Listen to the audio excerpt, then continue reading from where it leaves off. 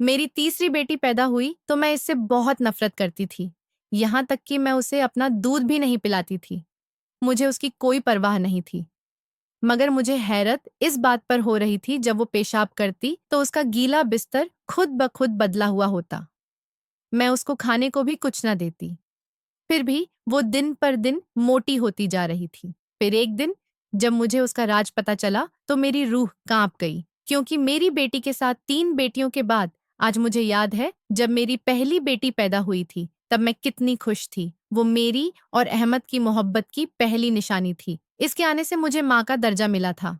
अहमद को बेटी नहीं, बेटा चाहिए था। उनका डर और अफसोस भी बिना वजह नहीं था, क्योंकि उनके घर में 35 साल की बहन की जिम्मेदारी थी। अभी इनकी बहन की दिमागी हालत ठीक नहीं थी और इसी वजह से इसका कहीं रिश्ता भी नहीं हो रहा था। और इनकी माँ इस बात को इतना सर पर उठाए हुए थी कि मेरा पति भी बेटी के नाम से ही डर गया था। मेरी एक के बाद एक बेटी पैदा हो गई थी, तो मेरे पति के साथ साथ मेरी भी हिम्मत टूट गई थी। मेरा और अहमद की पसंद की शादी थी। अहमद के लिए मैंने हर रिश्ता नाता छोड़ दिया था। वो मेरी मोहब्बत ही नहीं, मेरा जुनून भी था। मैं उसको दुनिया की हर खुशी देना चाहती थी, पर कुदरत के हाथों मजबूर हो गई थी कि मेरी सिर्फ बेटियां ही पैदा हो रही थीं, और जिसकी वजह से मेरा पति मुझसे दूर होने लगा था।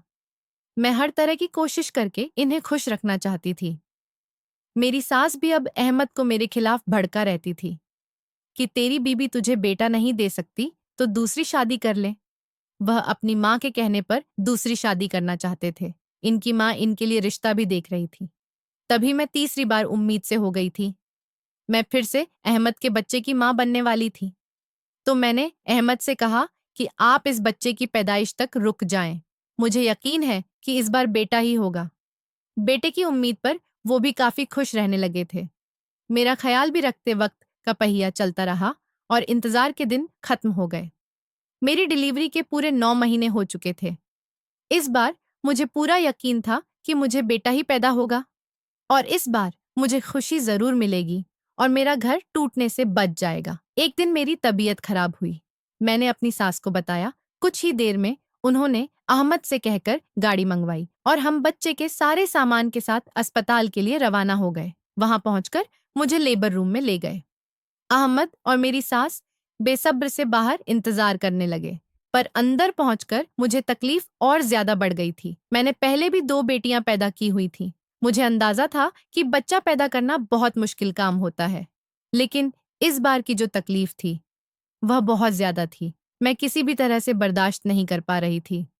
ऐसा लग रहा था कि जैसे अभी मेरी जान ही निकल जाएगी। और फिर दर्द ऐसा कि बर्दाश्त ना हुई और मैं बेहोश हो गई। पता नहीं कितने वक्त के बाद मुझे होश आया था, तो मैं अस्पताल के कमरे में लेटी हुई थी। मेरे पास कोई भी मौजूद नहीं था। मुझे लगा शायद मेरे बेटे के पास होंगे, पर थोड़ी देर के बाद एक नर्स मेरे पास आई। मैंने बच्चे का और बाकी घर वालों का पूछा तो उसकी आंखों में ऐसी चमक आ गई कि मुझे लगा अभी वो मुझे बेटे की खुशखबरी देगी। मगर उसके जवाब ने मेरे जमीन आसमान हिला दिए थे, जब उसने कहा कि तुम एक चांद सी बेटी को जन्म दिया। एकदम से मुझे मेरे सारे सपने टूटते नजर आए थे। मैंने अहमद को जो दिखाए थे और खुद भी देखे थे, मेरे दिल की धड़कन तेज हो गई थी। मैंने पूछा कि मेरा पति कहाँ है। उसने बताया कि वो तो कल से नहीं आए। फिर मैंने पूछा मेरी सास कहाँ है। नर्स ने बताया वो भी 2 घंटे से रिक्शा लाने का कहकर गई हैं, पर अभी तक वापस नहीं आई है। उस नर्स ने बच्ची को उठाकर मेरे सामने किया और कहा कि इसे दूध पिला दो। मेरा दिल नहीं चाह रहा था कि मैं नजर उठाकर भी उस बच्ची को देखूं। यह वही थी जिसने आज मेरा घर तोड़ दिया था। मैंने जलते हुए दिल से गुस्से वाली नजर से उसकी तरफ देखने लगी। नर्स ने बिल्कुल सही कहा था। वो तो बिल्कुल चांद जैसी थी, पर शक्ल सूरत से क्या होता है। बेटा तो बेटा होता है। नर्स ने बच्ची को मेरी गोद में ठीक से लिटाया और दूध पिलाने में मेरी मदद करने लगी, जहां मेरी बाकी बेटियां भी मौजूद थीं। पर मुझे बहुत प्यार आया, क्योंकि 2 दिन से मैंने इन्हें नहीं देखा था। लेकिन इस नन्ही सी जान पर मुझे कोई भी प्यार नहीं आया। इससे मुझे कोई भी लगाव नहीं था, जिसने मेरे सारे सपने तोड़ दिए थे। वक्त गुजर रहा था। अहमद मुझसे दूर दूर रहने लगे थे। मेरे पास बहुत कम आते थे और मुझसे बहुत नाराज थे। लेकिन मैं क्या करती। बेटी को जन्म देना या बेटे को जन्म देना मेरे हाथ में तो नहीं था। अहमद ना तो मुझसे ठीक से बात करते, ना ही मुझे कोई खर्चा देते। मेरा सब्र अब जवाब दे चुका था। मुझे और बर्दाश्त नहीं हो रहा था। मैं अपने इतने प्यार करने वाले पति के लिए कुछ भी कर सकती थी। मैं इनकी बेरुखी बर्दाश्त नहीं कर पा रही थी। मैंने तो अपने पति के लिए सब कुछ कुर्बान कर सकती थी, और यह मनहूस बेटी तो वैसे भी मेरी आंख का तिनका थी। मैंने अब धीरे धीरे से उसे अपना दूध पिलाना ही बंद कर दिया। भूख की वजह से और रोती तो एक बार फिर दूध पिला देती। इसका पेट भरता या नहीं, मुझे इस बात से कोई परवाह नहीं थी। मैं इस पर कोई भी ध्यान नहीं देती थी। मैं ज्यादातर उसको सुलाकर कमरे का दरवाजा बंद कर देती कि रोए तब भी बाहर आवाज न आए, और सारे काम पूरे करने के बाद ही मैं कमरे में जाती थी। मैं पूरा दिन घर के काम निपटा रहती, चाहे वो रोए या भूख से तड़पे या अपना बिस्तर गीला करे, मुझे कोई भी परवाह नहीं थी। पूरा काम करने के बाद ही मैं दरवाजा खोलती थी। सास मेरी इस बात को अच्छे से समझ चुकी थी कि मैं बेटी के साथ क्या सलूक कर रही हूँ, पर दिल ही दिल में वो भी नाराज थी इस बात से। लेकिन फिर भी उसने मुझसे कुछ भी नहीं कहा। रात में अक्सर मेरी बेटी बहुत रोती थी। एक रात अचानक मेरी आंख खुली तो क्या देखती हूँ कि मेरी बेटी के मुंह में फीडर लगा हुआ है, वो भी दूध से भरा हुआ। मैं तो परेशान होकर उठ बैठी कि यह किसने दिया होगा। बहुत सोचा, शायद मेरी पगली ननद आकर दे गई होगी या मेरी बड़ी बेटी ने दिया होगा। लेकिन फिर तो ऐसा रोज ही होने लगा। रात में जब भी मेरी आंख खुलती तो उसका दूध हमेशा इसके पास मौजूद होता, और तो और गीला बिस्तर खुद ब खुद बदला हुआ होता। अब तो उसने रात में रोना बिल्कुल ही छोड़ दिया था। अब तो ना मेरी नींद खराब होती और ना ही मैं इस पर कोई ध्यान देती थी इसने दूध पिया होगा या नहीं। पर एक बात अजीब थी, मेरी बेटी की सेहत दिन पर दिन बहुत ही अच्छी होती जा रही थी। वह दिन पर दिन मोटी और गोल मटोल होने लगी थी। मोटे होने की वजह से वो बहुत ही प्यारी दिखने लगी थी। वो इतनी खूबसूरत थी कि उससे निगाहें हटाना मुश्किल होती थी। मेरी बाकी दोनों बेटियां भी खूबसूरत थीं, लेकिन यह तो कुछ ज्यादा ही खूबसूरत थी। मेरी बेटियों ने उसका नाम रिया रख दिया था, लेकिन उसकी इतनी खूबसूरती और उसका इतना मासूम चेहरा देखकर भी मुझे इसके ऊपर प्यार नहीं आता था। मुझे इससे नफरत महसूस होती थी। वो मुझे मनहूस लगती थी। अगर वो इस दुनिया में ना आती तो इसकी जगह मेरा बेटा आ जाता तो मेरे घर में आज कितनी खुशियां होती। मेरा पति मुझसे कितना प्यार करता और वह मुझसे कितना खुश रहता।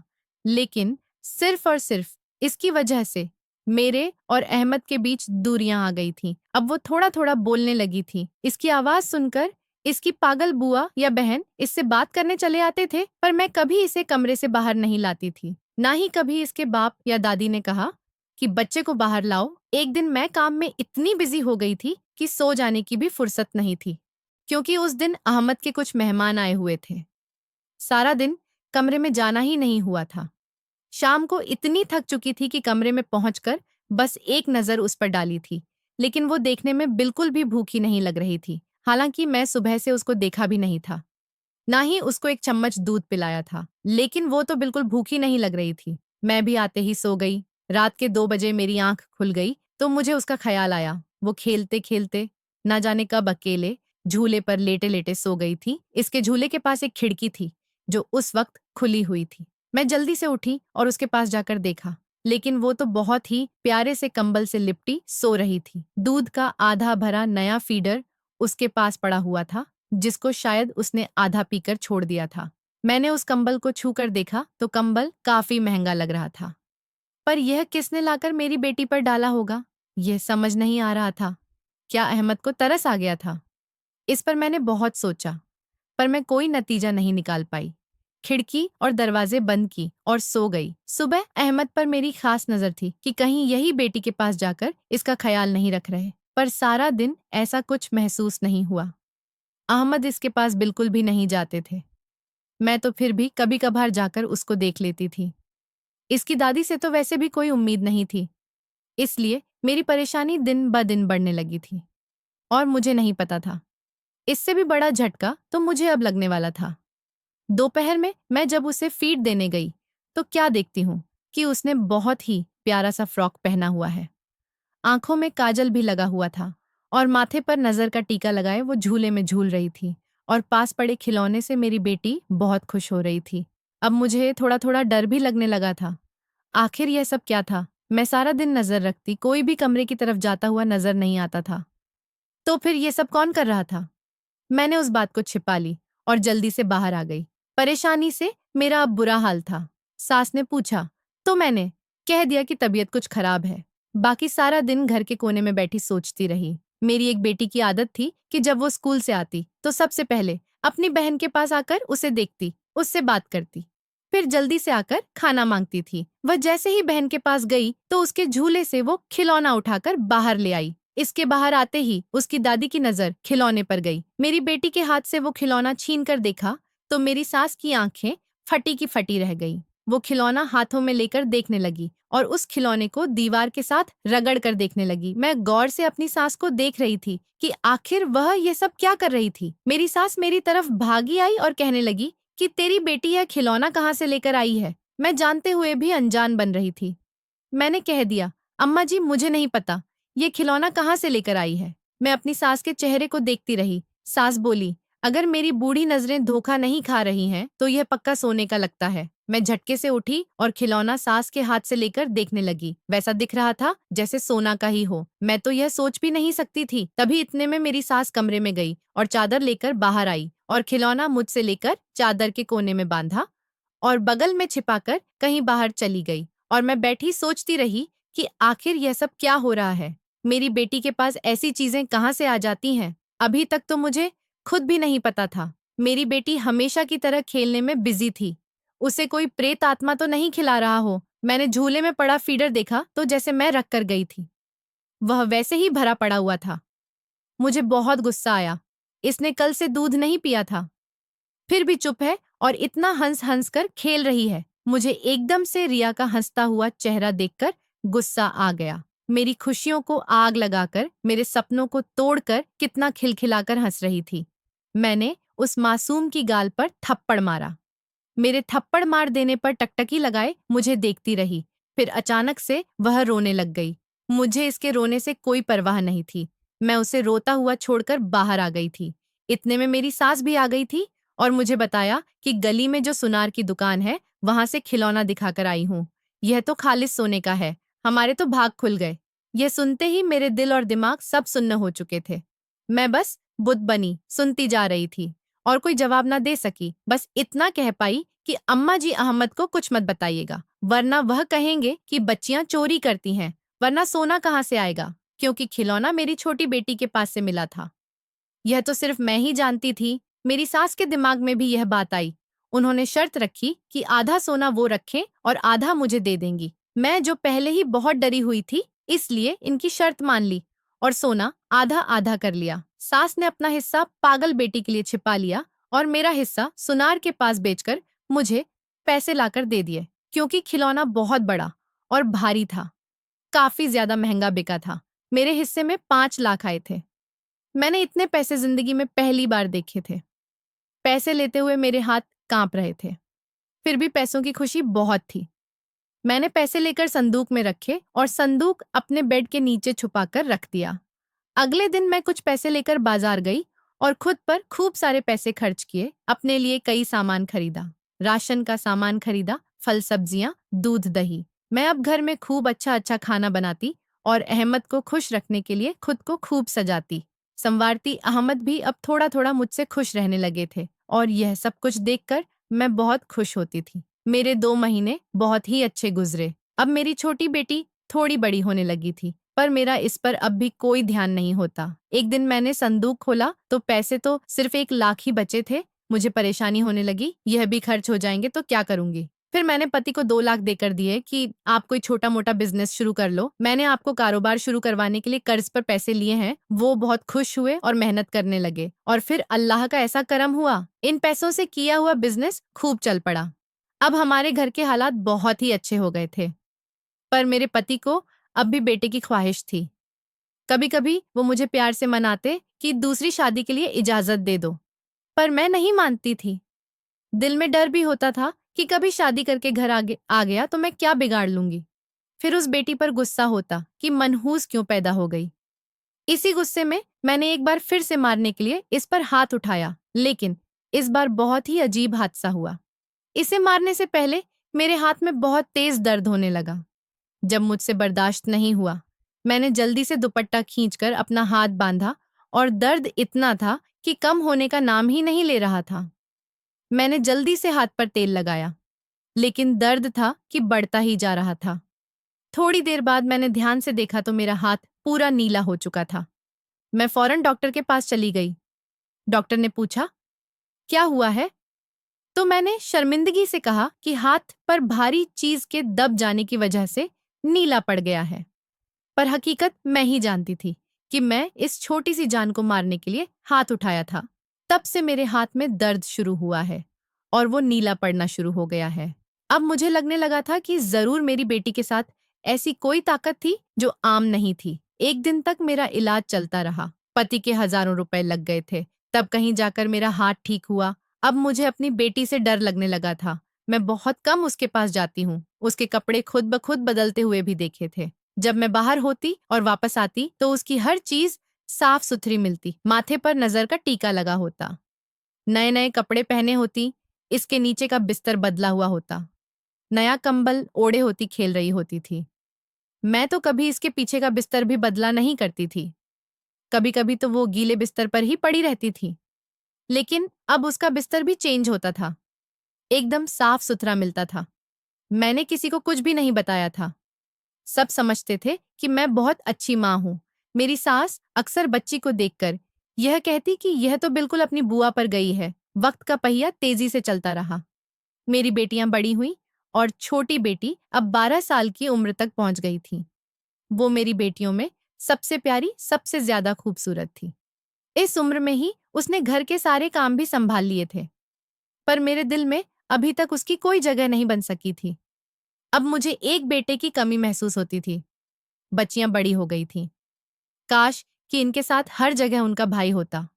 और उस वक्त मुझे रिया से और भी ज्यादा नफरत महसूस होती। जब मेरे पति ने दूसरी शादी कर ली, मेरी खुशियों को खाने वाली सिर्फ रिया ही थी। अगर इसकी जगह बेटा पैदा हो जाता तो मेरा पति दूसरी शादी ना करता। मैंने अहमद से मोहब्बत की, शादी की थी। मेरी मोहब्बत मुझसे छीन ली गई थी। मेरे सौतन के 4 बेटे हो गए थे। इसके साथ वो भी उसी का होकर रह गया था। मेरी मोहब्बत की शादी थी और मैं अपनी मोहब्बत से दूर हो गई थी और इसकी वजह मेरी बेटी ही थी। देखते देखते वो 18 साल की हो गई थी। पूरा घर उसने अपने जिम्मे ले रखा था। वह सारे काम बहुत ही अच्छे से कर लेती थी। पलक झपकते ही वह सारा काम कर देती। पता नहीं उसके हाथों में कैसा जादू था। थोड़ी सी भी सब्जी बनाती, लेकिन पूरे घर का पेट भर जाता था। और ऐसी स्वादिष्ट सब्जी बनाती थी कि खाने वाले उंगलियां चाटते रह जाते। और तो और पक्षियों और जानवरों तक का ख्याल रखती थी। छत पर खाना पानी दाने डालने जाती तो कई घंटे तक वही रहती और जानवरों और चिड़ियों से बातें करती रहती। सारा दिन हंसती रहती। बहनों से बहुत प्यार करती थी। मेरी बाकी दोनों बेटियां अच्छी पढ़ाई करने के लिए दूसरे शहर चली गई थीं, पर मैंने अपनी छोटी बेटी को कभी स्कूल नहीं भेजा था, अपने पास रख लिया था। वो मेरी बहुत सेवा करती थी, मेरी और अपनी दादी की भी। अपनी पागल बुआ को अपने हाथ से खाना खिलाती, उसे नहला धुला, उसे बहुत खुश रखती। मेरी इससे नफरत की इंतहा उस दिन ना रही जब एक दिन मैं अचानक किसी काम से बाहर निकली तो एक लड़के से बात करने में बिजी थी। दोनों बहुत हंस रहे थे। वो मर्द था, लंबा चौड़ा था और बहुत ही स्मार्ट था।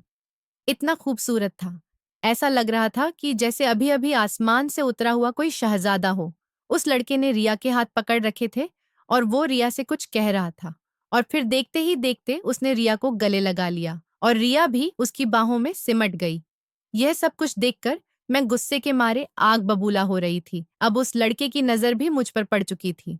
उसने मुझे कुछ ऐसी नजर से देखा तो मुझे देखने से ही उसके डर महसूस हो रहा था। मेरी तो आवाज ही नहीं निकल रही थी। मैं जल्दी से उल्टे पांव वापस अपने कमरे में आ गई थी। पूरी रात मैं बुखार में तपती रही थी। ये सिर्फ उस पर नजर पड़ने का असर था। अगले दिन तक कुछ ठीक हुई तो मैंने अपनी बेटी से पूछा, वो लड़का कौन था? पहले तो बताने के लिए वह राजी नहीं थी, लेकिन मेरे बहुत जोर देने पर उसने बताया और जो जो भी बताया वह मेरे होश उड़ाने के लिए काफी था। रिया ने मुझे बताया कि वह एक जिन्न है। वह कहता है कि मेरी माँ ने ही मुझे पाला है और उसने बताया कि जब मैं पैदा हुई थी तो उसकी महबूबा की आखिरी सांसें चल रही थी। उसकी महबूबा को किसी फकीर ने अपनी जादू से जलाकर मार दिया था।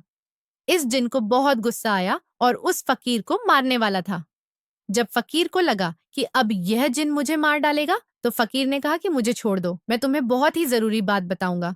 तब उस जिन ने उस फकीर को छोड़ दिया था और फकीर ने बताया कि तुम्हारी महबूबा की आखिरी सांस जब निकले, तब तुम अपना मुंह उसके मुंह से लगाकर वह सांस अपने अंदर भर लेना, और जो इंसानी बच्चा इस दुनिया में पैदा हो, उसकी पहली सांस लेने से पहले उस बच्चे के मुंह में सांस फूंक देना, तो तुम्हारी महबूबा की चाल और शक्ल उस बच्चे में चली जाएगी और तुम्हें तुम्हारी महबूबा फिर से मिल जाएगी। और फिर इस जिन ने ऐसा ही किया। उसने अपनी महबूबा की निकली आखिरी सांस अपने मुंह में भर लिया, और उस वक्त मैं पैदा हुई थी तो उसने वो सांस मेरे मुंह में फूंक दी। मगर उस दिन के बाद से मैं लड़की बन गई। अब मुझसे मोहब्बत करता है और करता रहेगा, और मैं भी उससे मोहब्बत करती हूँ। यह सब सुनते ही मेरे जख्मों पर नमक पड़ गया था। मेरा बेटा उस जिन ने मुझसे छीन लिया था। मैंने सोच लिया था कि मैं अपने सारे दुखों का बदला इससे ले लूंगी। इसकी मोहब्बत मैं इससे छीन लूंगी। उसको मैं खुश रहने नहीं दूंगी, जिस तरह उसने मेरी खुशियां मुझसे छीन ली थी। मैंने अपने पति से कह दिया था कि अब मैं रिया की जिम्मेदारी और नहीं उठा सकती। मैं अब इसकी शादी करना चाहती हूँ। मेरा पति बहुत हैरान हुआ। वह कहने लगा, यह तो अभी छोटी है, इससे पहले दो बेटियां हैं, इनकी शादी करेंगे, इसके बाद इसकी शादी करेंगे। पर मैंने साफ साफ कह दिया कि मुझे इसकी कैरेक्टर पर शक है, मैं इसे और नहीं संभाल सकती। इन बातों के दौरान मेरी बेटी बहुत दुखी नजर आ रही थी और बहुत ही उदास नजर से मेरी तरफ देख रही थी, पर मेरे अंदर बदले की आग लगी हुई थी। मेरा पति चला गया तो वो मेरे पास आई और मेरे सामने हाथ जोड़कर कहने लगी, माँ, तू ऐसा कैसे कर सकती है? तुम्हें तो मैंने सबसे पहले बताया था कि क्योंकि तुम तो मेरी माँ हो और मुझे तुम पर यकीन था कि तुम मेरा साथ दोगी, पर तुमने मेरे साथ ही ये सब कुछ क्यों कर रही हो? क्यों मुझे मेरे प्यार से दूर कर रही हो? मैं इसके बिना मर जाऊंगी। मैं इससे बहुत प्यार करती हूँ। वो मेरे बिना तड़पता रह जाएगा। इसलिए मुझे पाने के लिए बहुत लंबा इंतजार किया है। फिर मैं मुस्कुराई और साफ साफ कह दिया कि तेरे इस आशिक की ख्वाहिश मैं पूरी नहीं होने दूंगी। तू मेरी बेटी है और मैं ही तेरा फैसला करूंगी। और चुप होकर खामोशी से मेरी तरफ देखती रही। मैंने उसे अपनी नजरों के सामने से जाने के लिए कहा तो गुस्से से कहने लगी कि माँ, यह सब ऐशो आराम, पापा का चलता हुआ कारोबार, बहनों की अच्छी पढ़ाई, सब इसी की बदौलत है। आप लोगों का इसमें कोई किरदार नहीं। अपने पहले वाले हालात याद कीजिए। आप बहुत पछताओगी, क्योंकि वो मुझे यहाँ दुखी नहीं रहने देगा, और वो गया तो सारे सुख भी आपसे छीन लेगा। हमारे सुख चले जाएंगे, फिर आप पहले जैसे गरीबों की जिंदगी जियोगी। मैं इसके साथ जिंदगी भर आपकी सेवा में गुजार दूंगी। मैंने कहा, कभी नहीं। वह अपने मकसद में कामयाब नहीं हो सकता। मैंने रिया की बात नहीं मानी और जल्दी इसकी शादी के लिए रिश्ते देखने लगी, और फिर इसका रिश्ता तय होने वाला था। जिस दिन उसके बाप ने कहा कि रिश्ते वाले आने वाले हैं, मैंने जल्दी से सारा काम कर लिया और इससे तैयार होने को कहने लगी। वो रोती रही, पर मैंने रिया की एक न मानी। आखिर मजबूर होकर मेरा दिया हुआ जोड़ा पहनने के लिए कमरे में गई। काफी देर हो चुकी थी। वो बाहर नहीं आई। मैंने दरवाजा बजाया तो दरवाजा भी नहीं खुला, तो मैंने धक्का देकर कुंडी तोड़ दी। लेकिन अजीब बात थी कि दरवाजा अंदर से बंद था। कोई खिड़की, रोशनदान भी नहीं था। फिर भी वो अंदर मौजूद नहीं थी। मैं समझ गई थी कि वो मेरी बेटी को ले गया। वो चली गई है और मेरे हाथ अब कुछ नहीं रहा। सब घर वालों को बस इतना ही कहा कि वो एक लड़के के साथ भाग गई है। इसके जाने के बाद हमारे हालात ऐसे बदले, हम आसमान से जमीन पर पहुंच गए।